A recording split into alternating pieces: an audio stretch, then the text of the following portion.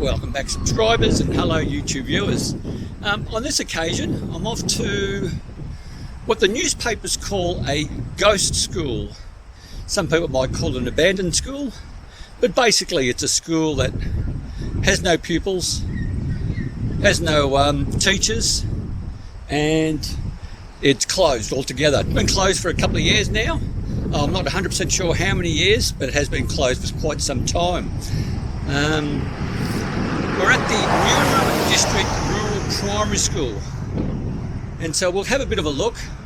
We'll try to document it as best as we can, and just from my experience, whenever a school sort of is in this state, it's in a bit of a limbo, they do maintain all the property the best they can. So there is a contractor that does come out, does the lawns, checks on a bit of security. But unfortunately, from what I've seen and experienced, is that vandals get to it, graffitists get to it, and people like to unfortunately borrow things that don't belong to them, and then the buildings end up being derelict and no longer in any use, or can't be even redeveloped or renovated back to a working condition. The hope is, I think this is the hope for all of these country schools, is that eventually, hopefully, that there will be bigger numbers and it can reopen. It's one of those things that the school board has to sort of decide on whether or not they're going to close it or not. So if it's got small numbers, it's not cost effective, and they might even struggle to get a teacher to come in. It's a difficult situation for a lot of little communities. So we'll have a look, we'll document it the best we can. It's quite early in the morning. I have seen a guy just leave with his trailer and some maintenance gear, so that's a good sign that it is being looked after. So we'll flick it around, and this is where we are. So I'll have a good look around, and maybe there's some people out there who once went to the school or know of their family and friends that might have gone to the school. I will make the attempt to go to the state library and maybe some historical societies to see if there's any old photos of this school, to see what it looked like back in the day. But we'll just wander around, and I'll jump in with any sort of information or anything that I see that might be of interest. So let's check it all out. So they've kept the signs here, which is quite interesting. I'm not sure how that would be enforced, considering the school is no longer open. But anyway, that's another topic. Maybe the council can come and put a rag over it, or some sort of covering, and just hope that one day more families move into these regional areas that will cause the school to be reopened, providing, as I said, it doesn't get vandalised or damaged. Now, as you can see, it is a substantial school. This is not, a one classroom type school. There's a fair bit of land, and I'm sure the Department of Education is quite aware that this land is worth a lot of money. This is very much a farming district, and I can tell you, driving up here, that the farmers are very farm proud. Their roads, the fencing to a lot of these properties are absolutely immaculate. So my hat goes off to the community. They really look after their farms quite well. So anyway, so this gives you an idea. There is a mural there at the centre of your screen right now. We'll have a look at that. But it looks like a fun school. It is sad that it's closed. I'm guessing that little building there could be like the kinder school, or the prep school, or prep puppetry school. And then this will be, I'm assuming, from year 1 to year 6 up here. Now, I don't think that's any vandalism. That's just a bit of perspex. It looks like a shelter shed, and I think the wind's just blown that out. But we'll have a look and see what we see. Yeah, it is what it is. It's like a little shelter shed for the kids to have their lunch in on a rainy day. There's the playground. Once again, whoever's doing the maintenance, they're doing a great job. Oh, that's a bit tragic. Oh no. There's still bicycles here, so I'm guessing that kids have left their bikes here on the last day. That's a bit sad. Or maybe it's just, I know that in year 6, when my son was in year 6 or grade 6, it was compulsory for all the students to learn how to ride on the roads, because once you hit 12 years of age, you don't have the exemption of riding on footpaths. Even though we're in the country and there's not many footpaths around here, maybe there was a collection of bicycles, so the kids that didn't have bikes could still learn how to handle a bicycle. That's a bit of a shame. It's like a time capsule. So it wasn't a shelter shed, it's a sand pit. That's pretty cool. Once again, I recall even as a kid that the sand pit was always a fun time, and those Tonka toys, the metal ones that we had, were a prized thing to get to play with. Okay, so let's have a look at this mural. So they've got satellite dishes, they've got everything here. This school could be open probably within a week or two if they had the numbers. So let's just guess and say this is depicts the region. So it's a timber sort of an area with farming. I do recall there being trains that came through here just to collect all the timber for the timber mills. Bit of nature and a bit of progress with newer buildings. So I think there's at least 3 entrances I've seen to come into the school. There's one just ahead of us. There was one that I just came through behind that sand pit, and behind where the what I think is going to be the kindergarten type thing, there's an entry there as well as a car park, maybe to drop off kids as well. But we'll keep wandering around and have a look. I do like it when they do things like this. So someone's got some old tiles or whatnot, pieces of glass, and put that together. That's just terrific. So this is the main entrance. So here we have another mural, and it was produced by the students of Newham District Rural Primary School after the February 2009 bushfires. Okay, let's have a look at it. That looks good. Good job. I wonder if they had to lie down and they got traced as part of the thing, because it very much looks like life-size images. Very good. So we do have a basketball sort of court, or a half court I guess that you'd call that, and then you've got the netball ring there, and I'm guessing that obviously can be pulled out via the poles and transferred over. Next door is a farm property, and I saw a lot of head of cattle wandering around. Here's your football oval.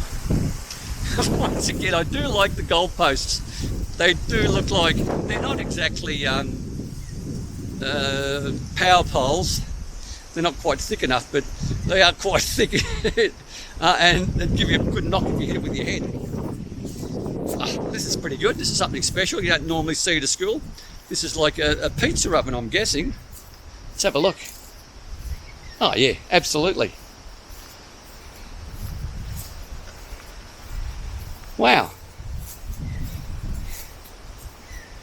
What a great thing to have. Very good. There's your water tanks. This side of the building looks a little bit weathered, but nothing that can't be cleaned up.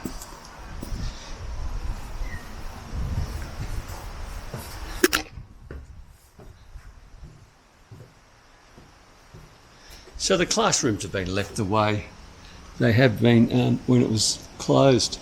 Don't know if you can see that. I might have to put my arm or my hand around it to stop the shade. So they've also got a cricket pitch made out of concrete. So that's permanent, that's okay.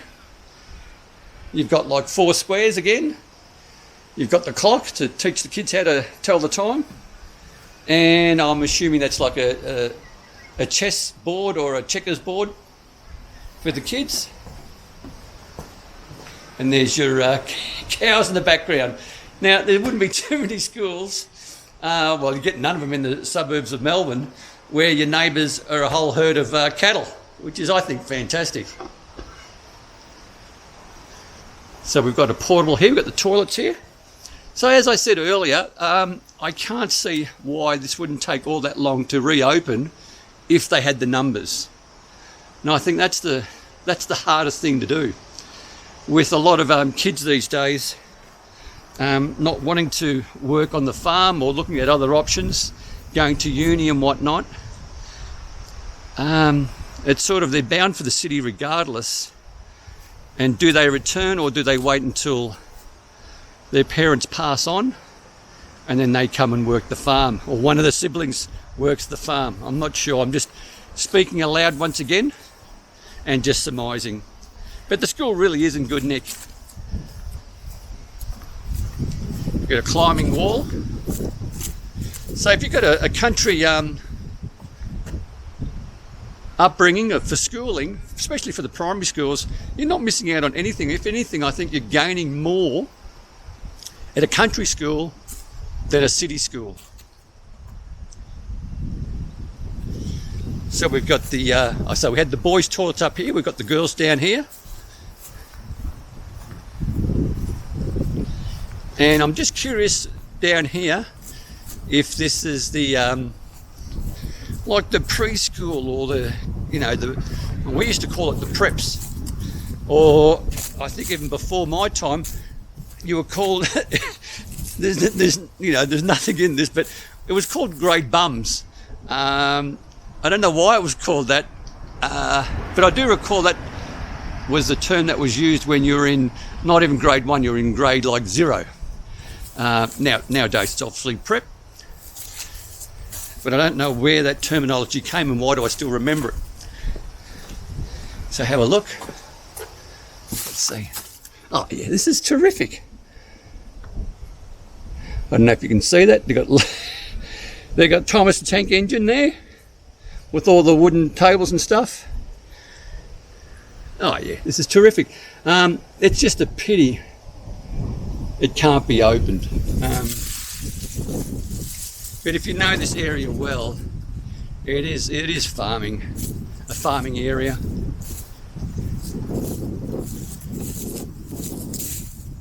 There's no real sort of suburb, but I shouldn't say that. It's more a case of there's not little allotments just for housing.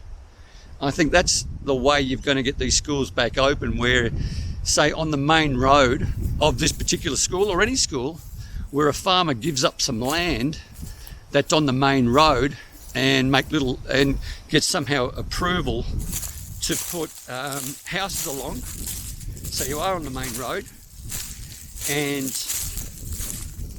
you put homes there. The prerequisite for this to work, I think, would need to be really good internet and relatively close to some form of public transport. Because these days, even in remote communities like this, the Coles and Woolies little trucks that do delivery, they're everywhere. So when it comes to that sort of stuff, you're quite okay. Like, I don't know if you can see that car that just went down the background. If they're sort of opposite here, there was like a dozen properties that were just small, not too big, that were cost effective. Then people might take the country lifestyle change, bring their young families here, which will give you the numbers to maybe reopen the school. I will put the drone up, we'll see what we see. But yeah, so once again, the newspapers call this a ghost town, and some people call it an abandoned school. Well, not a ghost town, a ghost school, sorry. But as you can see, There is a plaque there, so we'll go and have a look at that plaque. Okay, so the court was funded by the Nayook Primary School Pine Plantation and officially opened on the 19th of December 1997. I'm assuming the court is in reference to the basketball court? Not sure. There's your cattle. Let's see if they come over and pay me a visit. Well, they're all having a look. Maybe they're not used to having anyone nearby, but I'm assuming they must, because with the kids here that were once here, they must have made a bit of a racket for them during the recess and playtime times, or even in the morning and the pickup times with the parents. Very good. Looks like now the cows have decided to come up and say hello. Very curious. They're cautious though. Now I'm assuming they are beef cattle, not producing milk, and you have to ignore my ignorance. I'm not a farmer, but I enjoy being out here. I'm not sure what the type of cow this is, but they're extremely friendly. So there you go, and that's right next to the school, which is great. So this is the other entrance to the school. So as I mentioned, there's sort of 3 points to entry of the school, which is great. So if one spot's a bit busy, you go to the next one, so you don't impede the flow of traffic, which is pretty good. And I'll just swing this around so it shows you where I'm at. So there you go. There's the school letterbox out the front. And let's get the drone up and see what we see.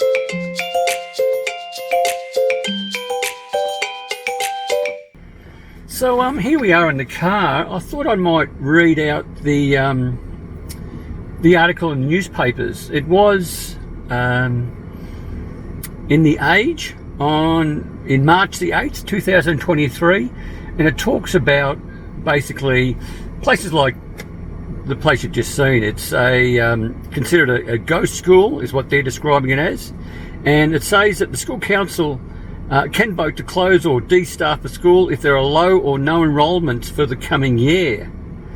So that all makes sense. De-staffing of school allows it to open if enrolments emerge, although this is very rare, and I was aware of that anyway.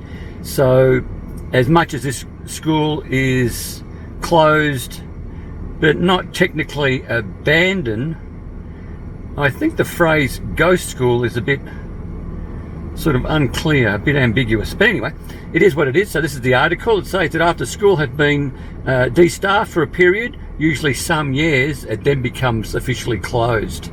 If the school land is not purchased by another government agency or local council, it is rezoned and sold. And that's why I sort of come out to these places and document them. At least then, at the end of the day, you can sort of have a look if you once attended the school and reminisce. I went to a number of primary schools. I was in a situation where my dad, as he got more experience and qualified and had better positions with companies, we moved around accordingly. And one of the schools I attended is no longer there. It's been bulldozed and it's now all housing. And I had some great memories of that school. Had one of the best teachers that I can still remember to this day. His name was Mr. Bennett, and I'd be surprised if he's still with us. But he was a great teacher for primary school. Absolutely terrific. So it really isn't the school that makes it a great place, it is the teachers. So I'll continue on with the article. It says that dozens of former school sites, including campuses, ovals, dwellings and plantations, are being prepared for sale after they are closed, merged or relocated, according to the Victorian Department of Treasury and Finance. There are 4 former schools that were sold last year for a combination of $13.9 million. That's a hell of a lot of money. The department's recent sales list shows this includes the former Roswell Primary School in Corio, and that went for $6.48 million, and the former Yarra Hills Secondary College, that went for $6.44 million. And in recent years, rural schools have tended to sell for hundreds of thousands of dollars only. Across the state, more than 20 schools have 10 or fewer enrolments, and that's the latest figures that show that. And the Newham District Rural Primary School, which we're at right now, is one of the Victoria's 10 ghost schools. These are tiny schools that are not officially shut, but have no teachers assigned to them. Now, this was an article written by Madeline Heffernan. She's an education reporter for The Age. She's also worked as a city reporter and a business reporter. So I'll put a link to where I found this information. And so there you go. So abandoned school or ghost school, they're not the right terminology. I have to agree with some of the message I got from a lot of other people, but that's how they're being categorised. If there's no one there, it's basically abandoned. Is it a ghost school? I'm not sure, because ghosts interferes that something spooky's going on, and that's definitely not the case at this one or all the other schools that I've seen that are closed. But anyway, I hope you enjoyed this video, and if you did, by all means, click on that like button or that thumbs up icon. Please consider subscribing. It really doesn't cost you 1 cent at all, but it really helps out this channel immensely. But once again, most importantly, stay safe, commute safe, and have a really great day. And thanks for watching.